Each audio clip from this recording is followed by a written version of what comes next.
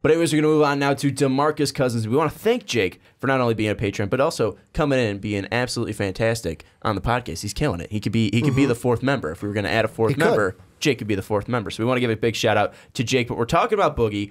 He went off in his last game, 40 points, 22 rebounds, 4 blocks, 4 assists. He went off.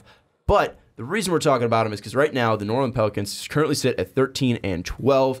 AD is out. Rondo finally came back. But you look at DeMarcus Cousins, this is the last year of his contract, and the whole question is, should the New Orleans Pelicans trade, or at least think about trading DeMarcus Cousins? Because, like I mentioned, 13-12, they're currently the holders of the 8th spot in the Western Conference, but behind them is the Oklahoma City Thunder. Obviously, we know Westbrook, Paul George, and Carmelo. Great team out in OKC. That playoff spot isn't locked there, so looking at everything in New Orleans and the Boogie contract situation, Dave, should they think about trading DeMarcus Cousins? Fuck no. Like, they'd have to be idiots to think about trading him right now. This is a team that hasn't even hit their stride yet on the season. It was like, okay, we're waiting for one guy to get back into Rondo, and then he comes back, and then Drew is a little unhealthy, and now AD is unhealthy. It's just wait until they all sync up, because right now they have something that no other team has, which is 2 elite bigs who are excellent ball handlers who can play out from the perimeter in. And honestly, with a scoring guard like Drew, with Rondo to orchestrate this offense, like, they have a dynamic team. Yes, they don't have a small forward. Doesn't matter. It honestly doesn't. They have something which is a matchup nightmare for every other team. So give it time. Let them be healthy. See how the season plays out. Ricky, what do you think? I'm going to say trade him. And the only reason why is you're not going to win it. The main goal of an NBA season is to win a title, correct? Not for every team. It should be for every team. But it's not. Your goal is, hey, we're going to try the best we can to win a title. If you're not, don't even play the games.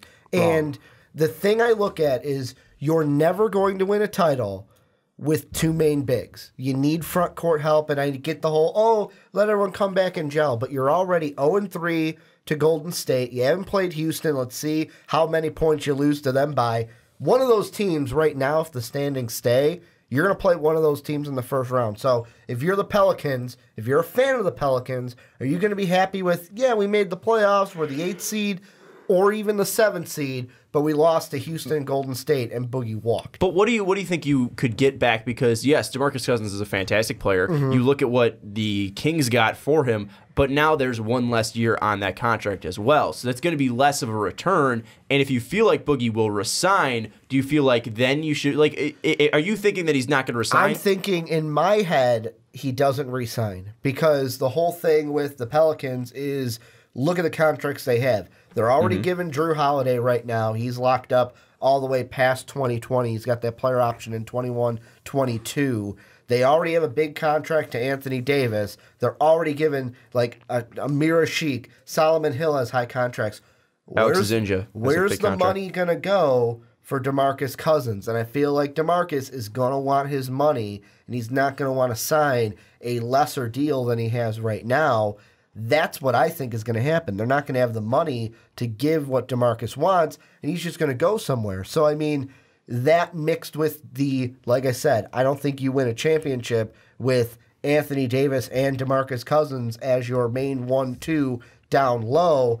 I try to trade him and either get a pick or either get players that really, to me, it's just the pick. I try to get a first rounder, a high enough first rounder that I can go out and get a guy who is going to be part of that future and not be the number 1, because I've got Drew Holiday, I've got Anthony Davis. Yeah, last year the Kings were able to pick up that 10th pick for Boogie and obviously add in Buddy Hield as well and a couple other players. Dave, do you agree that he probably won't re-sign? Because he does bring up a point about the contracts. You look at what's coming off the books.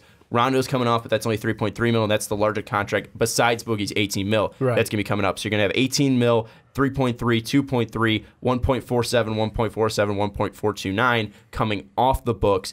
Do you feel like that should definitely be a worry, because you're going to have to max out Boogie? It's not like Boogie's going to take a pay cut. Right. No, I understand that. And I expect them, if they do believe in Boogie coming back, is they're going to have to move players like Omer, who finally has been, medically cleared to play. It was back and forth on, like, is he even going to play in the NBA again? It was a really bad situation, which turned his contract into an awful contract.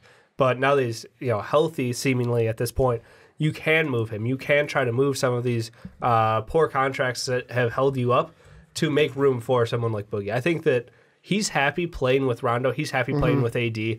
So if you can get a happy, productive Boogie, like that means a lot. I don't know if Boogie would take a pay cut. I don't expect him to, just to play for a team where he's happy, because he can go somewhere else and be a true number one, like if he wants to. And if that's his thing, that's his thing. But like we watched him do that in Sacramento for long enough. And after a while of losing, you just don't want to do it anymore. So I feel like he almost might give a discount to a team if he has the right situation. And what do you, I mean, do you feel like he wants to be at least the number one? Because right now it seems like he's pretty content, being at least splitting time with Anthony Davis, being the number one. It doesn't feel like he has that desire to be the number one, or the need at least to be the number one. Do you feel like that's something that he's going to look in for a team? And do you feel like that's something, or maybe a reason why he doesn't resign with the Pelicans? With me, the big thing with the Pelicans is I think if you gave DeMarcus Cousins a choice, I think he would resign with the Pelicans. The big thing is are they going to be able to give him what he would want, or will it be a, hey, this is all we can offer, and Boogie goes, hey, I know I'm not worth Anthony Davis money, but I'm worth more than that. He is. I could totally see he's worth. I mean, I'm not specifically sure right now. I don't think he can get the Supermax since he hasn't been originally with that team. The point being, he might not expect the same contract that Anthony Davis has from the Pelicans, but will the Pelicans be able to give him enough to where he feels like, yeah, I'm getting a fair shake in this deal? The thing that is going to make this even harder for the Pelicans is, you said it, like the Kings got a top 10 pick for Boogie. Is there anyone in the lottery right now that you can see giving up that pick? The only two that I see that would be like, yeah, we can take on a center, would be the Cleveland Cavaliers, who would love to have Boogie.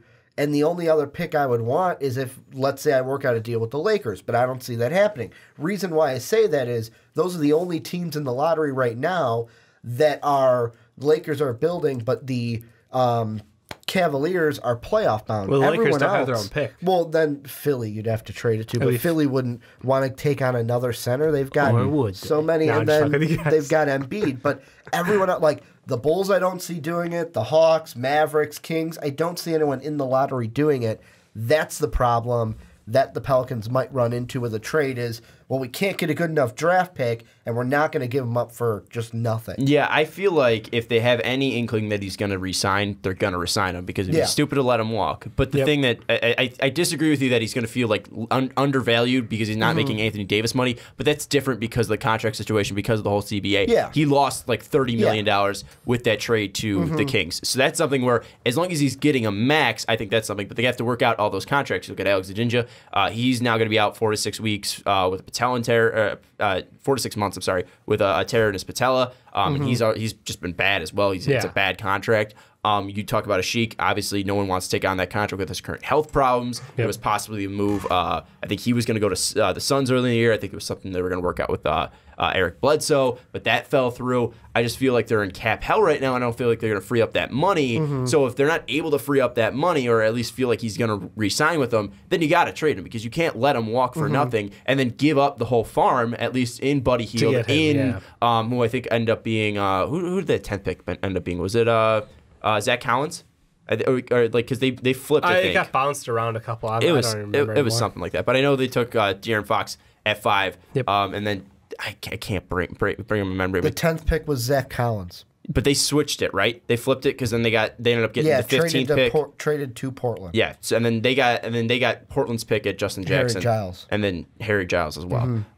So they pretty much gave up the farm there. Yeah. So I feel like you can't let them walk for nothing. And with the way the current team's going right now, I know you said that they haven't gelled right now, with being only 2 long win streaks of 3, and other than that, it's been win lose win lose win lose lose. You haven't been able to build a streak up. I feel like if it's getting closer and closer to that trade deadline, and that kind of at least pattern hasn't changed, I think you got to look into moving them. And you look at maybe the Wizards and see what you can get from them. You look at Cleveland, obviously, with that Brooklyn pick. I think you definitely got to start looking for options, because you can't let them walk for nothing. Well, here's the thing with the Cavaliers that I want to mention, and you can throw the Wizards in here too, because right now, if we're using today as the barometer, the Wizards' first-round pick would be the 19th overall pick. But with the Cavs, are they going to say, you know what? We want to hang on to that Brooklyn pick, because what if LeBron walks? You know what? We'll give you the 27th overall. And is that what Cleveland will do, where the Pelicans go, no, fuck that, and they don't take it. They won't take a 27 that's or what I'm 20. saying. Yeah, they Like, won't take a 19 or 27. That's the thing. Is Cleveland They'll going look to for a want lottery to trade? Are they going to want to trade that Nets pick, Well, that's the thing. knowing Cleveland's with LeBron's future? in a similar situation. Their star of the franchise is on the last year of his deal. So do they move the pick, which could be their future, or do they go all in for this last year of LeBron and be like, we're going to consistently make an effort for you, LeBron. As long as you're in Cleveland, we're going to do everything we can, mortgage as much future as you want, and we're going to try to win you championships now. Well, and that's where I kind of believe the Cleveland thing could happen for the Brooklyn pick. We bring up the whole cap hell as well. I mean, Boogie's going to need another contract. So if you're going to trade that Brooklyn pick, you're probably going to want to re-sign Boogie. Yeah. So you're going to have to make more moves to the Cavs, and then you're just going to keep flopping. Well, it's like TT out the door. With the TT's only 17 mil. That's terrible, even just to say that. So out loud. that's something where TT 7 mil, but then again, would Anthony Davis and TT work together, and then again, that's still 17 3-team trade. We're going to make it more complicated. That's the thing. Playing 2K, Sean. I feel like they're going to get, if they do end up trading DeMarcus Cousins, they won't get the right value because A, he's on a 1-year expiring contract. And then the other part is the fact that they have the feeling that they need to get rid of him. So they're going to be stuck in the same situation the Kings were, that his contract's running out and they need to get rid of him. They feel like they need funny is think about our reaction last year when the trade happened. And we were joking around about like, this is the deal you took. You passed up on other deals for this. And at this point, we're like, nah, it kind of worked out for you guys, Sacramento. That stupid fucking Vlade thing where he was like, oh, there was better deals out there. Like, you don't say that if you're a GM. Yeah. That's like Ryan Pace if he got swindled by John Lynch. He came out and was like, yeah, John, he did. He got swindled. But I'm saying, like, that would be like Ryan Pace coming out and be like, yeah, John just pulled a great trick. I'm stupid. You don't do that if you're a GM. But got swindled by a rookie GM. I think that overall it's definitely something where the Pelicans need to look into trading Boogie. I don't know if it will happen. I think that in all likelihood it won't happen. I feel like they're going to try their best to re-sign him because, again, no one can match Anthony Davis and DeMarcus Cousins. You just need that point guard, that the other three players in that starting lineup to bolster it. I feel like it's not going to happen. Do you feel like at the end of the day, after the trade deadline, it's all sudden dead, it's done and over done and with? said. Jesus said Christ. and done. Said and done.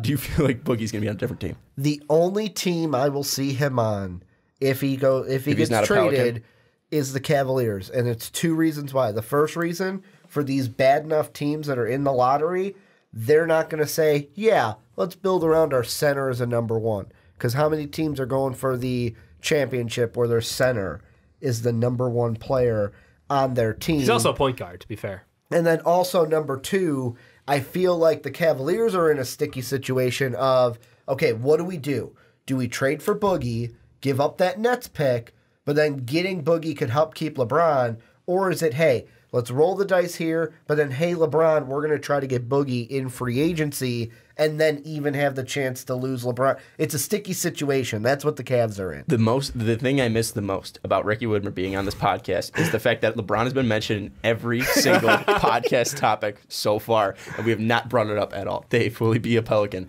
after the trade deadline? I do believe he'll be a Pelican. I think there's too much of an opportunity for the playoffs. Anything can happen in the playoffs. We just watched Steph Curry go down with a rolled ankle. That's 2 weeks out. So, like I said, there are so many things that could go the right way or the wrong way for them. If they're healthy in the playoffs, it gives them a shot at a championship, and that's all you need to do. You need a ticket to the game. Let me throw this out really quick. You first. Losing Steph is a huge blow to the depth of Golden State. Who are they going to rely on? I mean, it's not like they have Klay Thompson, Draymond Green, and they don't have a point guard though. Question here: Do we maybe see? Let's say this needs an exact situation to happen.